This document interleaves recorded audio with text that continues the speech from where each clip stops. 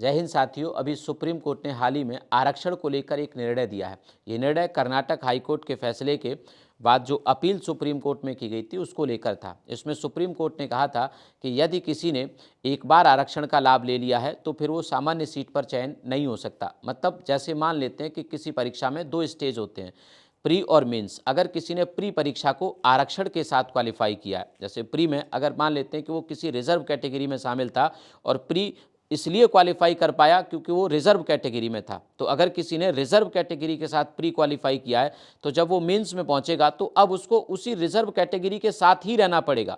ऐसा नहीं है कि प्री और मेंस को ओवरऑल मिलाकर उसके मार्क्स अगर जनरल कैटेगरी के बराबर आ गए या उससे ज़्यादा आ गए तो वो जनरल में काउंट होगा, नहीं, वो अब रिजर्व कैटेगरी के साथ ही रहेगा क्योंकि प्री उसने रिजर्व कैटेगरी से क्वालिफाई किया था। अगर प्री में उसको आरक्षण नहीं मिलता तो वो मेंस में नहीं पहुंचता, क्योंकि प्री में आरक्षण मिला तब मेंस में पहुंचा है, तो अब वो आरक्षण वाली कैटेगरी में ही रहेगा।